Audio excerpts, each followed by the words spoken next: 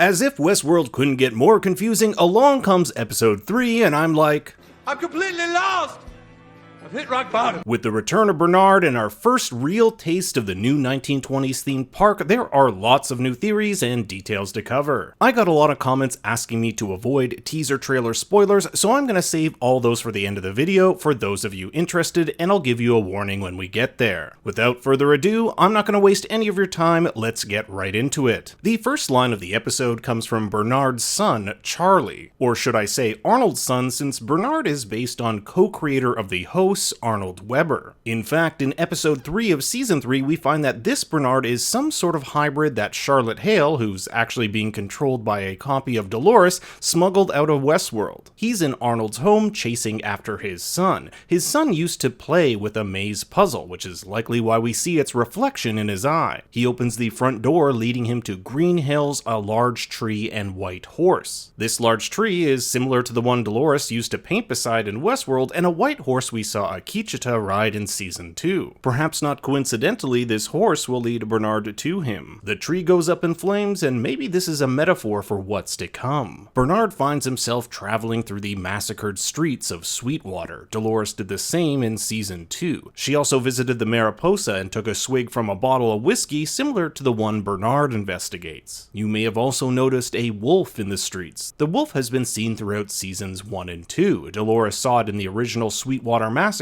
and William saw it in Escalante. In Native American culture, the wolf is said to encapsulate strength, leadership, and self-awareness. Through the riots we saw at the end of season 3, Bernard makes his way to the tower, that building Christina saw drawings of at the Hope Center for Mental Health. It's also the building the homeless man said he could hear noise coming from. More on that in a bit. Akichita is here and explains to Bernard that he is in the Sublime, a virtual world created by Robert Ford where hosts can live freely away from humans. Bernard was given the key to the Sublime by Dolores and used this device at the end of season 3 to access it. Akichita explains that the other hosts who entered the Sublime, as we saw in season 2, have gone on to make their own worlds, yet Bernard seems to be stuck. He wants to get back to the real world and save humanity. Luckily for him, time in the Sublime operates differently than the outside. What's a mere moment in the real world is a millennia for him, so he can use this to his advantage by running countless simulations to ultimately find one where humanity is saved.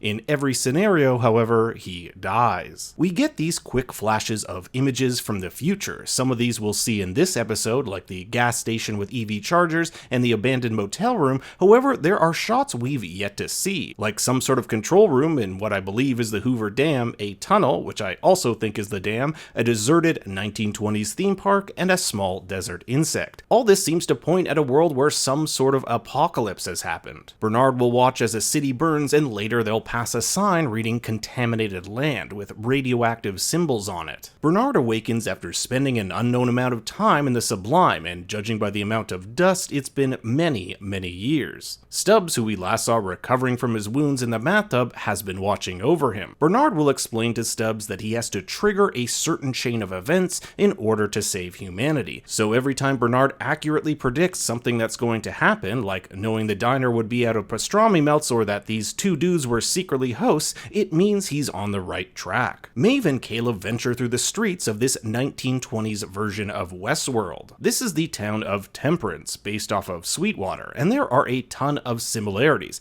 like the guy who bumps into Caleb and the guy who bumps into Teddy. Or how about the FBI looking for the bootlegger Hector Armon, a nod to the wanted bandit Hector in Westworld. There are two boys playing with a drunk, the couple getting their photograph taken, and the blacksmith versus mechanic imagery. There are also hosts who seem to be based off Dolores and Teddy. We even see this world's Dolores drop her can. As Maeve will explain, they've made a few changes. The story is the same. This world's version of the Mariposa Saloon is the Butterfly Club, a cheeky name considering it has the word fly in it. Flies were digitally added to the drunk man outside and later this person at the club. It leads me to believe that the park is a front to convert guests into hosts. That way, when the rich and powerful people that attend these parks go back to the real world, they can be controlled by Charlotte. We see this woman talking about a hidden narrative that's supposed to be better than Pariah. Pariah was the border town in Westworld where guests could engage in orgies and almost any unlawful act. We'll later come to find that this hidden narrative she speaks of is a game within a game where guests can relive the Westworld massacre. At the Rhodes End Diner, a fitting name for this post-apocalyptic world, Bernard draws the maze on a coaster. Perhaps it's a metaphor for him having to make all the necessary turns to reach the end. I also love the little detail of him having a napkin ready because he knew there would be a coffee spill. I found this scene with Frankie trying to call her dad through the radio a bit weird. If I'm not mistaken, her fondness for the radio hasn't been previously established, but what's even weirder is that we saw Maeve have a radio in episode 1,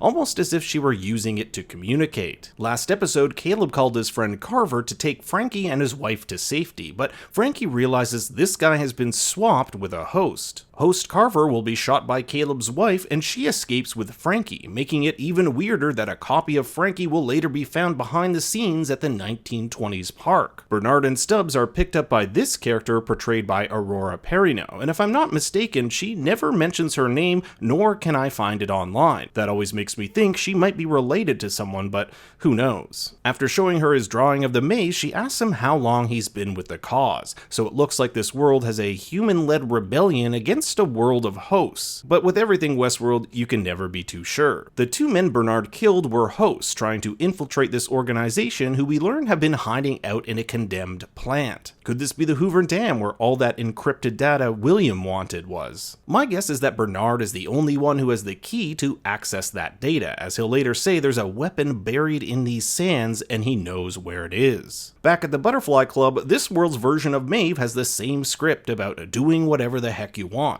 A cover of Paint It Black plays on the old-timey piano, which was the same song that played when the original Hector robbed the Mariposa. However, this version shifts to Metallica's Enter Sandman. Hector is accompanied by this world's version of Armistice, that woman with the face tattoo. The robbery doesn't go smoothly for Hector and Armistice, with Caleb and Maeve making quick work of them, all an elaborate ploy to play dead and be taken by park staff into the underground. They're taken to Sector 33, intake holding, and what can only be surmised is this park's version of the Mesa. They soon realize that this floor is simply a game within a game where guests can relive the original Westworld massacre. Dolores takes on the park guards alongside Teddy and Angela, and there is some really interesting stuff here. Caleb is shot but is unaffected, which suggests he's not a host. Of course, this is not true for Maeve. He'll later have to patch her up, saying, "You saved my life before having to return the favor." This is a reference to whatever happened years ago at the lighthouse. And maybe it's just me, but Maeve's face here when he says that gave me maybe he actually did die vibes. Something I also found very odd here was the timing. Caleb and Maeve go from the saloon where we see the woman talk about this hidden level, and a few hours later Dolores and Teddy are taking over the Mesa. We just saw Dolores and Teddy on the streets of Temperance. In the original Westworld, it took Dolores days from the events at the end of season 1 to her takeover of the Mesa. Caleb and Maeve escape to a new level where a bunch of drone hosts carry around maggots, which will eventually turn into flies. Some of these hosts overlook containers of black goo, which will later be used to infect the flies. These flies aren't interested in Maeve, but are very attracted to Caleb, likely because he's human and they're programmed to go after that. Maeve is also the only one to hear this weird noise resonating from this room. Well, these other hosts can hear it too, but unlike Maeve, they are oblivious to its hold over them. So even though Christina can't hear the noise in New York, it doesn't necessarily mean she's human. She could also be like one of these hosts, but not know it controls her. Maeve doesn't believe these people to be hosts. Perhaps Charlotte is creating something new. The computer screen calls this Project Chrysalis, a transition phase a caterpillar goes through before becoming a butterfly. Speakers behind these hosts transmit the sound in what's known as an obedience trial, having these hosts perform a series of tasks culminating in shooting themselves. But things get really weird when Caleb sees his daughter. Maeve tries to open the door so Caleb can get to his daughter, but it initially does not work. This is the second time Maeve has tried to use her powers and for it not to work. The first was when she tried to turn off the host senator in episode 2,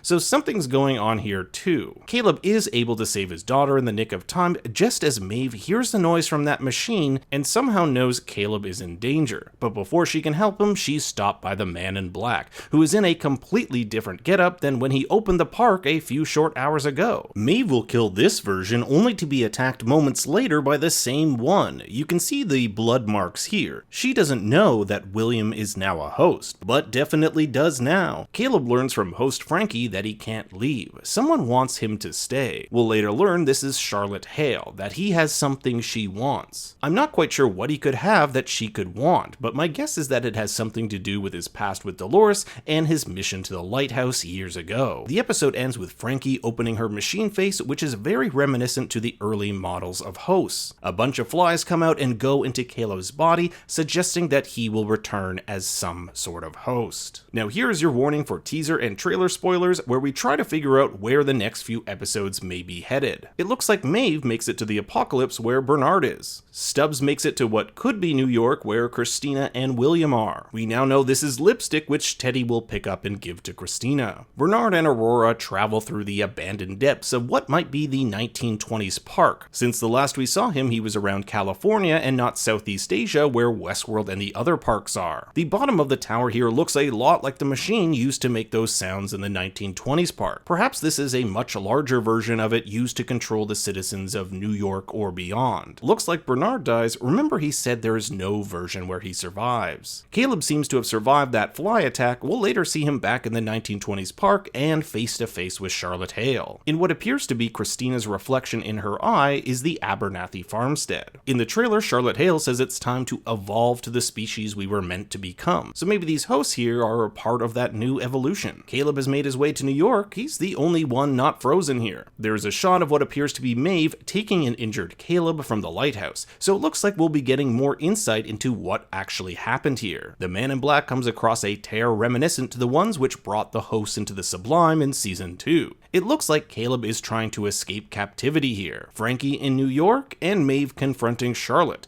Christina also seems to be figuring out more about what's going on with her. So not a lot of answers here, but a little insight to where we're headed. I hope you enjoyed the video. Please make sure to like and subscribe, and leave your thoughts and theories in the comments below. Until next time, remember, You've been given the gift of prophecy and use it to fight stains.